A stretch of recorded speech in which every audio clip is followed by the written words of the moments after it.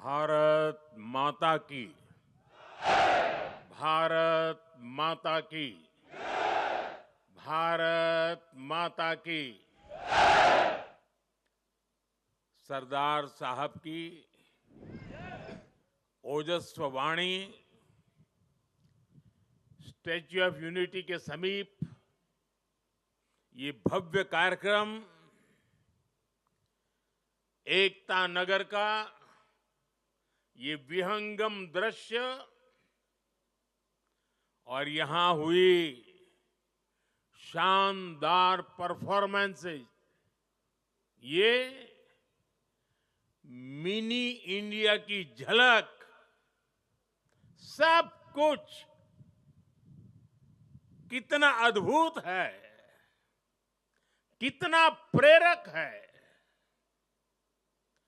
15 अगस्त और 26 जनवरी की तरह ही 31 अक्टूबर को होने वाला ये आयोजन पूरे देश को नई ऊर्जा से भर देता है। मैं राष्ट्रीय एकता दिवस पर सभी देशवासियों को बहुत बहुत बधाई देता हूं।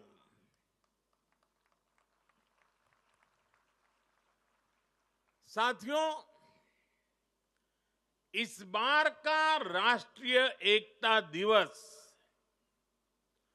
अद्भुत संयोग लेकर आया है।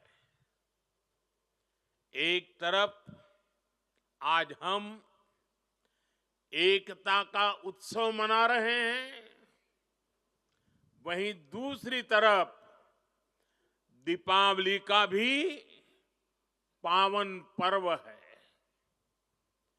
दीपावली दीपों के माध्यम से पूरे देश को जोड़ती है, पूरे देश को प्रकाशमय कर देती है। और अब तो दीपावली का पर्व भारत को दुनिया से भी जोड़ रहा है। अनेक देशों में इसे राष्ट्रीय उत्सव की तरह मनाया जा रहा है। मैं देश और दुनिया में बसे सभी भारतीयों को, भारत के शुभचिंतकों को दीपावली की अनेक अनेक शुभकामनाएं देता हूं।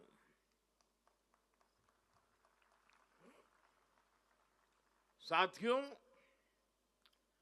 इस बार का एकता दिवस एक और वजह से भी विशेष है। आज से सरदार पटेल का 150वां जन्म जयंती वर्ष शुरू हो रहा है। आने वाले 2 वर्षों तक देश सरदार पटेल की 150वीं जन्म जयंती का उत्सव मनाएगा। ये भारत के प्रति उनके असाधारण योगदान के प्रति देशवासियों की कार्यांजलि है। 2 वर्ष का ये उत्सव एक भारत श्रेष्ठ भारत के हमारे संकल्प को मजबूत करेगा। ये अवसर हमें सीख देगा कि असंभव से दिखने वाले काम को भी संभव बनाया जा सकता है।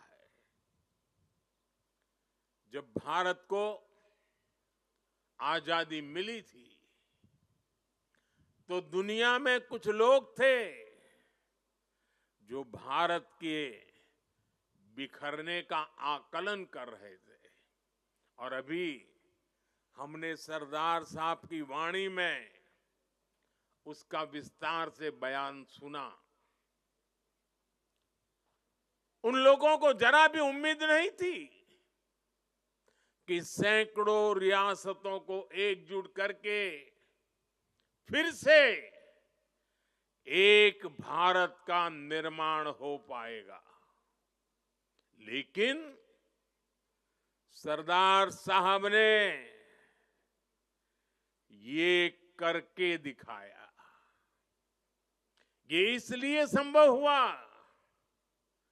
क्योंकि सरदार साहब व्यवहार में यथार्थवादी, संकल्प में सत्यवादी, कार्य में मानवतावादी और ध्येय में राष्ट्रवादी थे। साथियों, आज हमारे पास छत्रपति शिवाजी महाराज की प्रेरणा भी है। उन्होंने आक्रांताओं को खदेड़ने के लिए सबको एक किया। ये महाराष्ट्र का रायगढ़ किला आज भी साक्षात वो गाथा कहता है। छत्रपति शिवाजी महाराज ने रायगढ़ के किले से राष्ट्र के अलग अलग विचारों को एक उद्देश्य के लिए एकजुट किया था। आज यहां एकता नगर में हम रायगढ़ के उस ऐतिहासिक किले के उसकी छवि हमारे सामने प्रेरणा का प्रतीक बन के खड़ी है। रायगढ़ किला सामाजिक न्याय, देशभक्ति और राष्ट्र प्रथम के संस्कारों की पवित्र भूमि रहा है। आज इसी पृष्ठभूमि में हम विकसित भारत के संकल्प की सिद्धि के लिए यहां एकजुट हुए हैं। साथियों, बीते 10 वर्ष तक भारत की एकता और अखंडता के लिए ये कालखंड अभूतपूर्व उपलब्धियों से भरा रहा है। आज सरकार के हर काम, हर मिशन में राष्ट्रीय एकता की प्रतिबद्धता दिखती है। इसका एक बड़ा उदाहरण है हमारा ये एकता नगर। यहां स्टैच्यू ऑफ यूनिटी है और इसके सिर्फ नाम में यूनिटी है ऐसा नहीं है, इसके निर्माण में भी यूनिटी है। इसको बनाने के लिए पूरे देश के कोने कोने से, देश के किसानों के पास से खेत में उपयोग किए औजार का लोहा पूरे देश से यहां लाया गया, क्योंकि सरदार साहब लोह पुरुष थे, किसान पुत्र थे। इसलिए लोहा, और वो भी खेत में उपयोग किए औजार वाला लोहा, यहां लाया गया। यहां देश के हर कोने से वहां की मिट्टी लाई गई है। इसका निर्माण स्वयं में एकता की अनुभूति कराता है। यहां पर एकता नर्सरी बनी है, यहां विश्व वन है जहां दुनिया के हर महाद्वीप के पेड़ पौधे हैं। यहां चिल्ड्रन न्यूट्रिशन पार्क हैं, जहां पूरे देश की हेल्दी फूड हैबिट्स के दर्शन एक ही जगह पर होते हैं। यहां आरोग्य वन है, जहां देश की अलग हिस्सों की आयुर्वेद परंपरा का, पौधों का समावेश है। इतना ही नहीं, यात्रियों के लिए यहां एकता मॉल भी है, जहां देश भर के हैंडीक्राफ्ट्स एक ही छत के नीचे मिलते हैं। और साथियों, ये एकता मॉल सिर्फ यहीं पर है ऐसा नहीं, हम देश के हर राज्य की राजधानी में एकता मॉल के निर्माण को प्रोत्साहन दे रहे हैं। एकता का यही संदेश हर वर्ष होने वाली एकता दौड़ से भी मजबूत होता है। साथियों, एक सच्चे भारतीय होने के नाते हम सभी का कर्तव्य है कि हम देश की एकता के हर प्रयास को सेलिब्रेट करें, उत्सव उमंग से भर दे। ऊर्जा, आत्मविश्वास, हर पल नए संकल्प, नई उम्मीद, नए उमंग, यही तो सेलिब्रेशन है। जब हम भारत की भाषाओं पर बल देते हैं, उससे भी एकता की एक मजबूत कड़ी हमें जोड़ती है। नई राष्ट्रीय शिक्षा नीति में हमने भारतीय भाषाओं में पढ़ाई पर विशेष बल दिया है। और आप सबको पता है, और देश ने गौरव भी अनुभव किया, दुनिया भर में उसे उत्सव के रूप में बनाया गया। वो कौन सा निर्णय था? हाल में ही सरकार ने मराठी भाषा, बांग्ला भाषा, असमिया भाषा, पाली भाषा और प्राकृत भाषा, इन भाषाओं को शास्त्रीय भाषाओं का दर्जा दिया है। सरकार के इस फैसले का सभी ने दिल से स्वागत किया है। और हम हमारी भाषा को मातृभाषा कहते हैं। और जब मातृभाषा का सम्मान होता है ना, तो हमारी अपनी माता का भी सम्मान होता है, हमारी धरती माता का सम्मान होता है, और हमारी भारत माता का सम्मान होता है।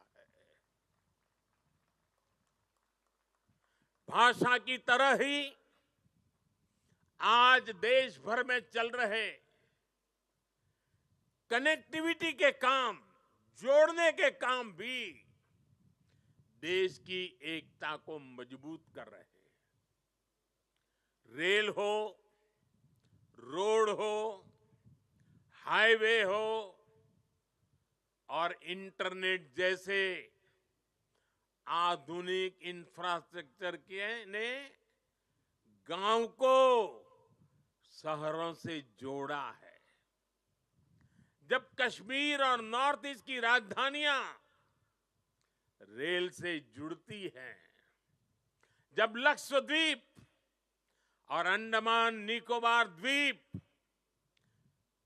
अंडर सी केबल से तेज इंटरनेट से जुड़ते हैं, जब पहाड़ों पर लोग मोबाइल नेटवर्क से जुड़ते हैं, तब विकास की दौड़ में पीछे छूट जाने का भाव समाप्त हो जाता है आगे बढ़ने की नई ऊर्जा अपने आप जन्म लेती है। देश की एकता का भाव सशक्त होता है। साथियों, पहले की सरकारों की नीतियों में और नीयत में भेदभाव का भाव भी देश की एकता को कमजोर करता रहा है। बीते 10 वर्षों में देश में सुशासन के नए मॉडल ने भेदभाव की हर गुंजाइश समाप्त की है। हमने सबका साथ, सबके विकास का रास्ता चुना है।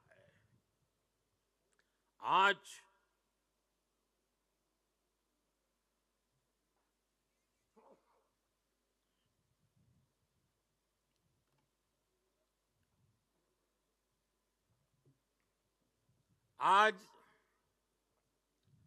हर घर जल इस योजना से बिना भेदभाव जल पहुंचाने का प्रयास हो रहा है। आज पीएम किसान सम्मान निधि सबको मिलती है तो सबको बिना भेदभाव मिलती है। आज पीएम आवास के घर मिलते हैं तो सबको बिना भेदभाव मिलते हैं। आज आयुष्मान योजना का लाभ मिलता है तो बिना भेदभाव हर पात्र व्यक्ति को इसका फायदा होता है। सरकार की इस अप्रोच ने समाज में, लोगों में दशकों से व्याप्त असंतोष को समाप्त किया है। इस वजह से लोगों का सरकार पर भरोसा बढ़ा है, देश की व्यवस्थाओं पर भरोसा बढ़ा है। विकास और विश्वास की यही एकता एक भारत श्रेष्ठ भारत के निर्माण को गति देती है।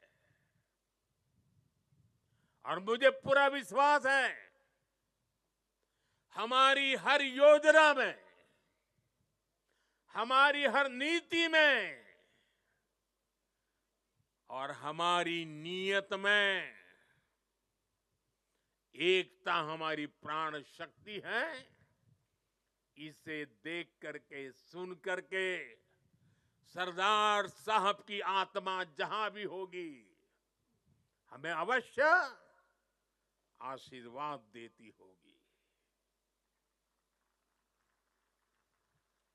साथियों,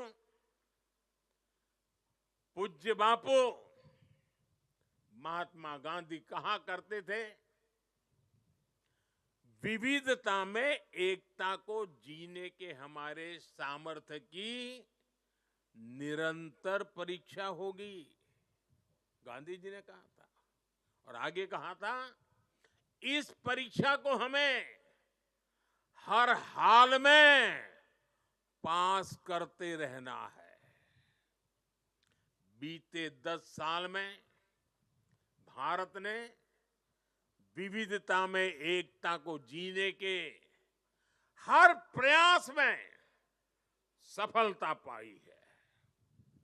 सरकार ने अपनी नीतियों और निर्णयों में एक भारत की भावना को लगातार मजबूत किया है। आज वन नेशन वन आइडेंटिटी यानी आधार की सफलता हम सब देख रहे हैं और दुनिया इसकी चर्चा भी करती है। पहले भारत में अलग अलग टैक्स सिस्टम थे, हमने one nation one tax system GST बनाया। हमने one nation one power grid से देश के पावर सेक्टर को मजबूत किया। वरना एक वक्त था कहीं बिजली तो होती थी, कहीं अंधेरा होता था, लेकिन बिजली पहुंचाने के लिए ग्रिड टुकड़ों में बटी पड़ी थी। हमने वन नेशन वन ग्रिड इस संकल्प को पूरा किया। हमने one nation one ration card से गरीबों को मिलने वाली सुविधाओं को एक साथ जोड़ दिया, एकीकृत किया। हमने आयुष्मान भारत के रूप में one nation one health insurance की सुविधा देश के जन जन को दी है। साथियों, एकता के हमारे इन प्रयासों के तहत ही अब हम वन नेशन वन इलेक्शन पर काम कर रहे हैं, जो भारत के लोकतंत्र को मजबूती देगा, जो भारत के संसाधनों का ऑप्टिमम आउटकम देगा और देश विकसित भारत के सपने को पार करने में और नई गति प्राप्त करेगा, समृद्धि प्राप्त करेगा। भारत आज one nation one civil code यानी सेकुलर सिविल कोड की तरफ भी बढ़ रहा है। और मैंने लाल किले से इस बात का जिक्र किया था। इसके भी मूल में सामाजिक एकता, सरदार साहब की बात ही हमारी प्रेरणा है। इससे अलग अलग सामाजिक वर्गों में भेदभाव की जो शिकायत रहती है उसे दूर करने में मदद मिलेगी। देश की एकता और मजबूत होगी, देश और आगे बढ़ेगा, देश एकता से संकल्पों को सिद्ध करेगा। साथियों, आज पूरे देश को खुशी है कि आजादी के 7 दशक बाद देश में एक देश एक संविधान का संकल्प भी पूरा हुआ है। सरदार साहब की आत्मा को मेरी ये सबसे बड़ी श्रद्धांजलि है। देशवासियों को पता नहीं है 70 साल तक बाबा साहब आंबेडकर का संविधान पूरे देश में लागू नहीं हुआ था। संविधान की माला जपने वालों ने संविधान का ऐसा घोर अपमान किया था। कारण क्या था? जम्मू कश्मीर में आर्टिकल 370 की दीवार, आर्टिकल 370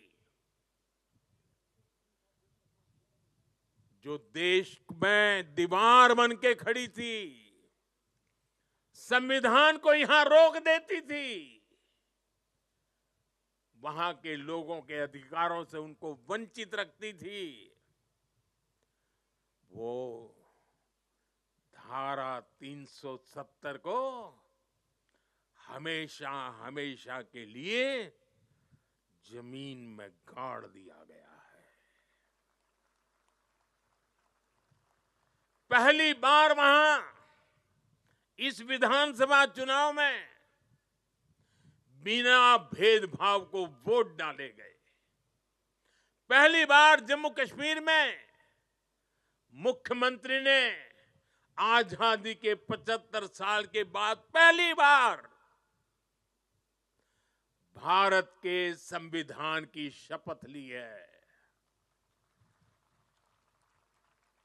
ये दृश्य अपने आप में भारत के संविधान निर्माताओं को अत्यंत संतोष देता होगा, उनकी आत्मा को शांति मिलती होगी और ये भी संविधान निर्माताओं के प्रति हमारी नम्र श्रद्धांजलि है।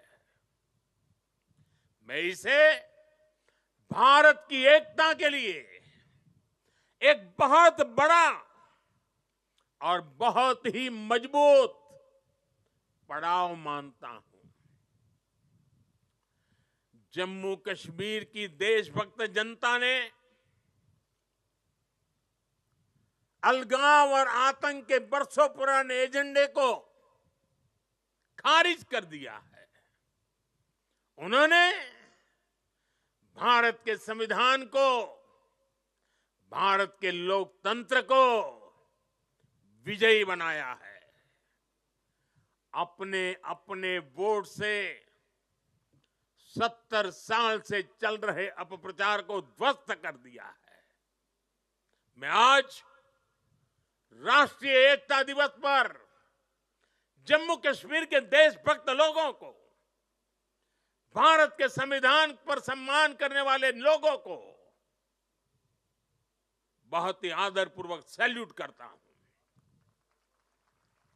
साथियों, बीते 10 साल में भारत ने ऐसे अनेक मुद्दों का समाधान किया है जो राष्ट्रीय एकता के लिए खतरा थे। आज आतंकियों के आकाओं को पता है कि भारत को नुकसान पहुंचाया तो भारत उन्हें छोड़ेगा नहीं। आप नॉर्थ ईस्ट में देखिए कितने बड़े संकट थे। हमने संवाद से, विकास और विश्वास से अलगाव की आग को शांत किया। बोडो समझौते ने असम में 50 सालों का विवाद खत्म किया है। ब्रू रियांग एग्रीमेंट, इसके कारण हजारों विस्थापित लोग अनेक दशकों के बाद अपने घर लौटे हैं। National liberation front of Tripura से हुए समझौते ने लंबे समय से चल रही अशांति खत्म की है। असम और मेघालय के बीच के सीमा विवाद को काफी हद तक हम सुलझा चुके हैं। साथियों, जब 21वीं सदी का इतिहास लिखा जाएगा तो उसमें एक स्वर्णिम अध्याय होगा कि कैसे भारत ने दूसरे और तीसरे दशक में नक्सलवाद जैसी भयानक बीमारी को जड़ से उखाड़ दिखाया, उखाड़ करके फेंका। आप याद करिए वो समय जब नेपाल के पशुपति से भारत के तिरुपति तक रेल कॉरिडोर बन चुका था। जिस जनजातीय समाज ने भगवान बिरसा मुंडा जैसे देशभक्त दिए, जिन्होंने हमारे सीमित संसाधनों के बावजूद भी देश के हर कोने में मेरे आदिवासी भाई बहनों ने आजादी के लिए अंग्रेजों से मुकाबला किया, ऐसे जनजातीय समाज में सोची समझी साजिश के तहत नक्सलवाद के बीज बो गए, नक्सलवाद की आग भड़काई गई। ये नक्सलवाद भारत की एकता और अखंडता के लिए बहुत बड़ी चुनौती बन गया था। मुझे संतोष है कि बीते 10 साल के अथक प्रयासों से आज नक्सलवाद भी भारत में अपनी अंतिम सांसें गिन रहा है। आज मेरा आदिवासी समाज उसे भी दशकों से जो प्रतीक्षा थी, वो विकास उसके घर तक पहुंच रहा है और इससे बेहतर भविष्य का विश्वास भी पैदा हुआ है। साथियों, आज हमारे सामने एक ऐसा भारत है जिसके पास दृष्टि भी है, दिशा भी है। इतना ही नहीं, इसके साथ जो जरूरी है, दृष्टि हो, दिशा हो, लेकिन उसे जरूरत होती है दृढ़ता की। आज देश के पास दृष्टि है, दिशा है और दृढ़ता भी है। ऐसा भारत जो सशक्त भी है, ऐसा भारत जो समावेशी भी है, ऐसा भारत जो संवेदनशील भी है, ऐसा भारत जो सतर्क भी है, जो विनम्र भी है और विकसित होने की राह पर भी है। ऐसा भारत जो शक्ति और शांति दोनों का महत्व जानता है। दुनिया भर में मची भारी उथल पुथल के बीच सबसे तेज गति से विकास करना ये सामान्य बात नहीं है। जब अलग अलग हिस्सों में युद्ध हो रहे हो, तब युद्ध के बीच बुद्ध के संदेशों का संचार करना सामान्य नहीं है।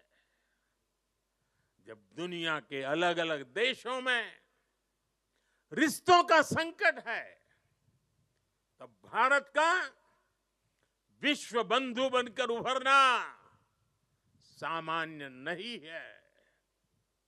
जब दुनिया में एक देश की दूसरे देश से दूरी बढ़ रही है,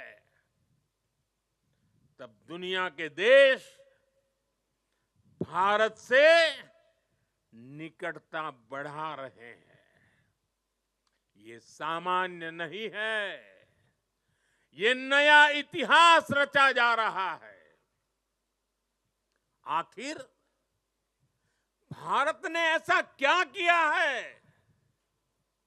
साथियों, आज दुनिया देख रही है कि भारत कैसे अपने संकटों का दृढ़ता के साथ समाधान कर रहा है।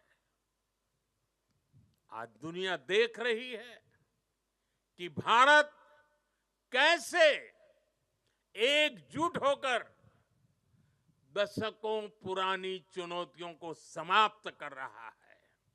और इसलिए हमें इस महत्वपूर्ण समय पर अपनी एकता को सहेजना है, उसे संभालना है। हमने एकता की जो शपथ ली है, उसे बार बार याद करना है, उस शपथ को जीना है। जरूरत पड़े तो उस शपथ के लिए जूझना है। हर पल इस शपथ की भाव को अपने जोम से भरते रहना है। साथियों, भारत के बढ़ते सामर्थ्य से, भारत में बढ़ते एकता के भाव से कुछ ताकतें, कुछ विकृत विचार, कुछ विकृत मानसिकता है, कुछ ऐसी ताकतें बहुत परेशान है। भारत के भीतर और भारत के बाहर भी ऐसे लोग भारत में अस्थिरता, भारत में अराजकता फैलाने की कोशिश कर रहे हैं। वो भारत के आर्थिक हितों को चोट पहुंचाने में जुटी हैं। वो ताकतें चाहती कि दुनिया भर के निवेशकों में गलत संदेश जाए, भारत की नेगेटिव छवि उभरे। ये लोग भारत की सेनाओं तक को टारगेट करने में लगे हैं। मिस इन्फॉर्मेशन कैंपेन चलाए जा रहे हैं। सेनाओं में अलगाव पैदा करना चाहते हैं। ये लोग भारत में जात पात के नाम पर विभाजन करने में जुटे हैं। इनके हर प्रयास का एक ही मकसद है, भारत का समाज कमजोर हो, भारत की एकता कमजोर हो। ये लोग कभी नहीं चाहते कि भारत विकसित हो, क्योंकि कमजोर भारत की राजनीति, गरीब भारत की राजनीति ऐसे लोगों को सूट करती है। 5-5 दशक तक इसी गंदी घिनौनी राजनीति देश को दुर्बल करते हुए चलाई गई है। इसलिए ये लोग संविधान और लोकतंत्र का नाम लेते हुए भारत के जन जन के बीच में भारत को तोड़ने का काम कर रहे हैं। अर्बन नक्सलियों के इस गठजोड़ को, इनके गठजोड़ को हमें पहचानना ही होगा। और मेरे देशवासियों, जंगलों में पनपा नक्सलवाद, बम बंदूक से आदिवासी नौजवानों को गुमराह करने वाला नक्सलवाद जैसे जैसे समाप्त होता गया, अर्बन नक्सल का नया मॉडल उभरता गया। हमें देश को तोड़ने के सपने देखने वाले, देश को बर्बाद करने के विचार को लेकर के चलने वाले, मुंह पर जूठे नकाब पहने हुए लोगों को पहचानना होगा, उनसे मुकाबला करना ही होगा। साथियों, आज हालत ये हो गई है कि आजकल एकता की बात करना तक गुनाह बना दिया गया है। एक समय था जब हम बड़े गर्व के साथ स्कूल, कॉलेज में, घर में, बाहर सहज रूप से एकता के गीत गाते थे। जो पुराने लोग हैं उनको पता है हम क्या गीत गाते थे। हिंद देश के निवासी सभी जन एक है, हिंद देश के निवासी सभी जन एक है, रंग रूप वेश भाषा चाहे अनेक है। ये गीत गाए जाते थे। आज की तारीख में कोई ये गीत गाएगा तो उसको अरबन नक्सलों की जमात गालियां देने का मौका पकड़े लेगी।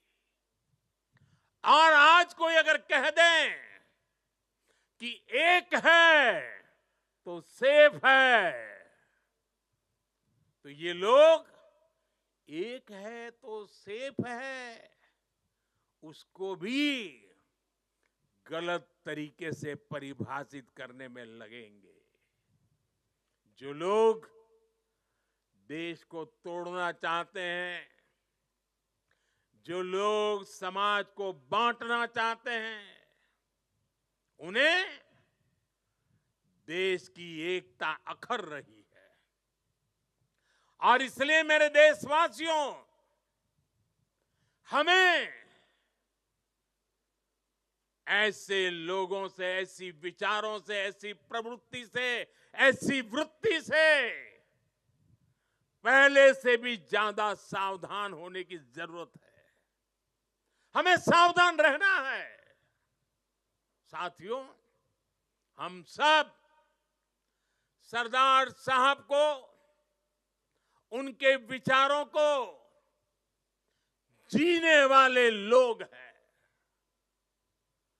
सरदार साहब कहते थे, भारत का सबसे बड़ा लक्ष्य एकजुट और मजबूती से जुड़ी शक्ति बनने का होना चाहिए। हमें याद रखना है, हिंदुस्तान विविधता वाला देश है। हम विविधता को सेलिब्रेट करेंगे, तभी एकता मजबूत होगी। आने वाले 25 साल एकता के लिहाज से बहुत ही महत्वपूर्ण है।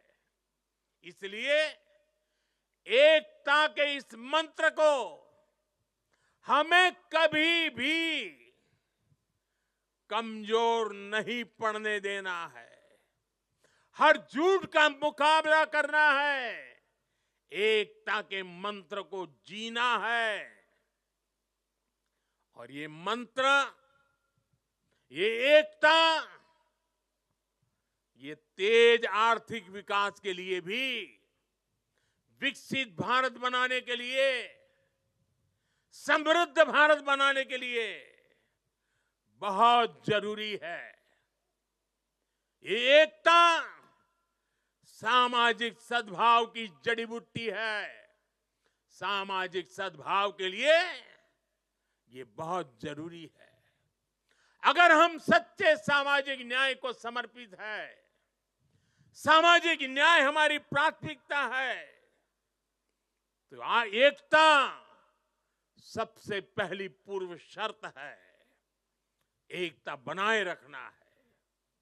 ये बेहतर सुविधाओं के निर्माण के लिए बिना एकता को गाड़ी चल नहीं सकती है। ये नौकरी के लिए, निवेश के लिए एकता जरूरी है। आइए हम एक होकर एक साथ आगे बढ़े। एक बार फिर आप सभी को राष्ट्रीय एकता दिवस पर मेरी ढेर सारी शुभकामनाएं। मैं कहूंगा, सरदार साहब, आप सब बोलिए, अमर रहे, अमर रहे। सरदार साहब, सरदार पटेल, सरदार पटेल, सरदार पटेल। भारत माता की, भारत माता की।